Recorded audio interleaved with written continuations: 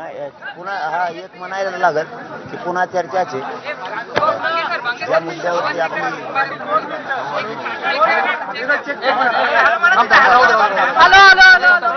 सांगा रे थांबा अरे राहू एक मिनिट ओके का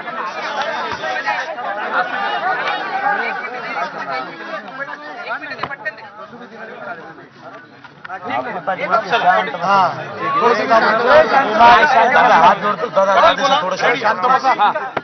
निर्णय झालाय सांगा बोलतात ते आता सविस्तर सांगा बैठकीबद्दल सगळं सांगा आता विचार दे ना प्रश्न त्यांना नाही बोलला सकाळी विचार थांबलोच बऱ्याच वेळ आम्ही लोणावळ्यामध्येच आत्तापर्यंत बराच वेळ म्हणण्यापेक्षा आत्तापर्यंत लोणावळ्यामध्येच थांबलो कारण आम्हाला मार्ग काढायचा आम्हाला आंदोलन करायचंय हेही खरं आहे समाजाला न्याय द्यायचा हे पण खरं आहे परंतु मार्ग काढायचा आहे तोडगा काढायचा आहे सरकारला सुद्धा आम्हाला सहकार्य करायचं आहे मराठा समाजाला म्हणूनच आम्ही आत्तापर्यंत थांबलोत लोणावळ्यातच की कुठेही मार्ग निघू आझाद मैदानला जरी सुरू झालं आमरण उपोषण त्यावेळी सुरू झाल्यावर आम्हाला आरक्षणच मिळणार आहे मराठा समाजाला मग गावाकडे जावं लागेल ना तर मग इथं जर तो प्रश्न मिटत असला तर तिथं जाऊन तरी काय करायचे तिथं जायला हवंच का काही आम्हाला तर नाही माझा समाज आरक्षणासाठी तिथं चाललाय आम्ही तोडगा निघावा म्हणून इथं आत्तापर्यंत थांबलो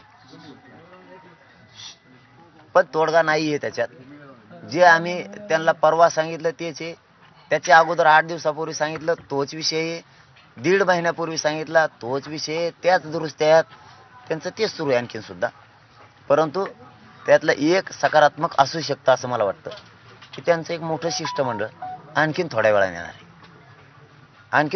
आहे त्यानंतर त्यांचं असं म्हणणं आहे की त्याच्यात परिपत्रक शासन निर्णय आदेश असणार आहेत असं त्यांचं म्हणणं आहे म्हणलं ठीक आहे मग तेच येऊ द्या तोवर आम्ही चालतो मुंबईकडेच कारण इथं काही जणांच्या काही बाईट आल्यात असं मग ऐकून ये की बाईट आल्या आता ते गुलाल उधळणार इथंच म्हणून लोणावळ्यात आता मग आम्ही पण थांबलो आम्हाला आरक्षणाचाच गुलाल उधळायचा पण जे एकूण चर्चेत काही नाही सगळे परिपत्रक येत आहेत निर्णय येत आहेत अमुक काढतायत सगळे सोयऱ्यांच्या व्याख्याचं काढतायत 54 लाखांचा विषय काढतायत 54 लाखांच्या नोंदी मिळाल्या त्या नातेवाईकांचा विषय काढतायत म्हणजे काढतायत येत आहेत असं म्हणतायत काढतायत मग ते काढणारच आहे समजा आणखीन आणि मग मी नाही थांबू शकत मला जात महत्वाची आहे ना मग त्यांचं शिष्टमंडळ येणार तर पुढे थांबल आम्ही तिथं थांबू पुन्हा चर्चा करू कधी येणार आहे ते शिष्टमंडळ आणि त्यांची तुमची भेट कुठं होईल ते म्हणतील तिथं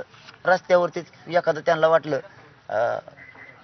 मॉप म्हणूया त्याला आंदोलकांच्या समोर नको तर मान्य आहे बाजूला थांबू आम्हाला तोडगा काढायचा मुंबईपर्यंत मोठं लगेच निघणार का कोण असणार आहे त्याच्यात नाही सांगितलं त्यांनी पण मोठंच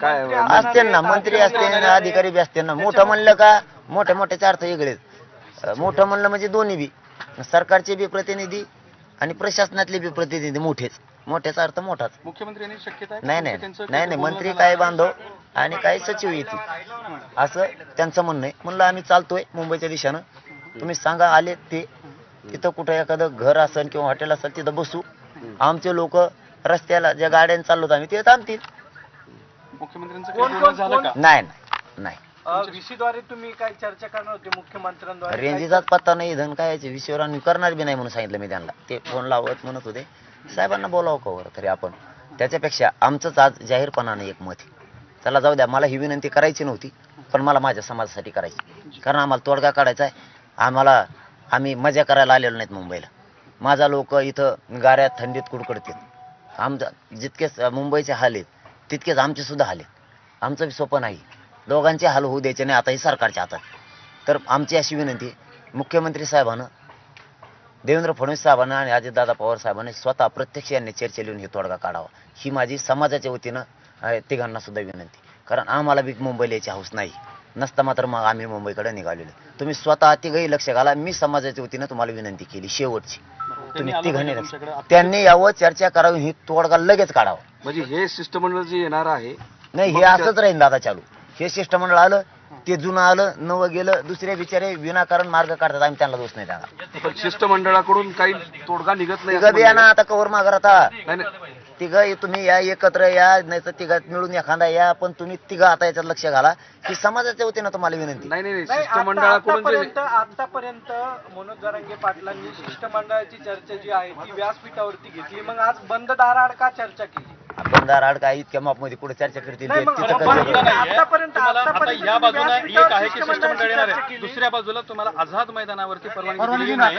आझाद मैदान पोलिसांनी तुम्हाला एक नोटीस सुद्धा आणून दिलेली आणि ते म्हणतात की तुम्ही दुसऱ्या मैदानावरती तुमचं आंदोलन करा, आझाद मैदानावरती येऊ नका. त्याऐवजी नवी मुंबईतलं मैदान सुचवलंय, म्हणजे मुंबईत येऊ नये अशा प्रकारचा त्यांचा प्रयत्न आहे असं म्हणावं. नाही नाही, आझाद मैदानावर व्यासपीठ उभा राहिले. नाही, तिथल्या कमिशनरनं ते साहेब कोण आहेत कमिशनर साहेब, त्यांनी दिले मला आताच. तिथल्या सगळ्या आमच्या बांधवांचा कॉन्टॅक्ट झालाय. तिथं आम्ही अमरण उपोषण करतोय म्हणून. त्याबाबत ते आमचा अर्ज, आमचा सुद्धा तिकडून आलेला अर्ज आहे, तिथल्या सुद्धा लोकांचा अर्ज आहे, असं काहीच नाही. आणि तुमचं काय आज होतं? आज भूमिका तुमची वेगळी दिसतीये. तुम्ही शिष्टमंडळाला बंद दाराआड तुम्हाला चर्चा कशानं वाटतंय? केली. नाही नाही, मग अरे बंद बाबा, मी दाराआड जेवण चर्चा केलं का नव्हतं, केली? तिथं काय बंदारण फेंदार माझ्या समाजाला माहिती आहे. बंदार नाही काय नाही, उगाच वार्ता पसरू नका, काय वार्ता पसरू नका. तिथं सभा घेतली, तिथं माझ्या समाजाला काही प्रॉब्लेम नाही, तुम्हाला काय प्रॉब्लेम आहे? आम्हाला काही प्रॉब्लेम नाही आम्हाला इथं. प्रॉब्लेम नाही. मग शिष्टमंडळाला अरे शिष्टमंडळ नाही येते, अधिकारी येते दादा, ते एक अधिकारी येतं, ते फक्त माहिती द्यायला आले. हे बघा, हे माहिती द्यायला आले ती. अरे पण माझ्या समाजाला अडचण नाही, त्याने का पैसे दिले का मला आणून काही? अरे मग काय तुम्हाला काय नाही, समाजाला म्हणलं पाहिजे अडून मी नाही केलं असं नाही दादा.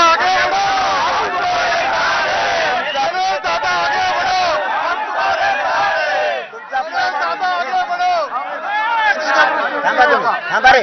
तुम्ही पहिल्या दिवसापासून विरोधातच बोलताय, पहिल्या दिवसापासून. तुम्ही पहिल्या दिवसापासून- अरे मला, अरे प्रश्न नाही येतो. कधी येतो? एक मिनिट मी बोलतो, एक minute please please please please एक मिनिट, शिष्टमंडळाने काय माहिती दिली ते तर एक मिनिट थांबा. सगळे शांत बस.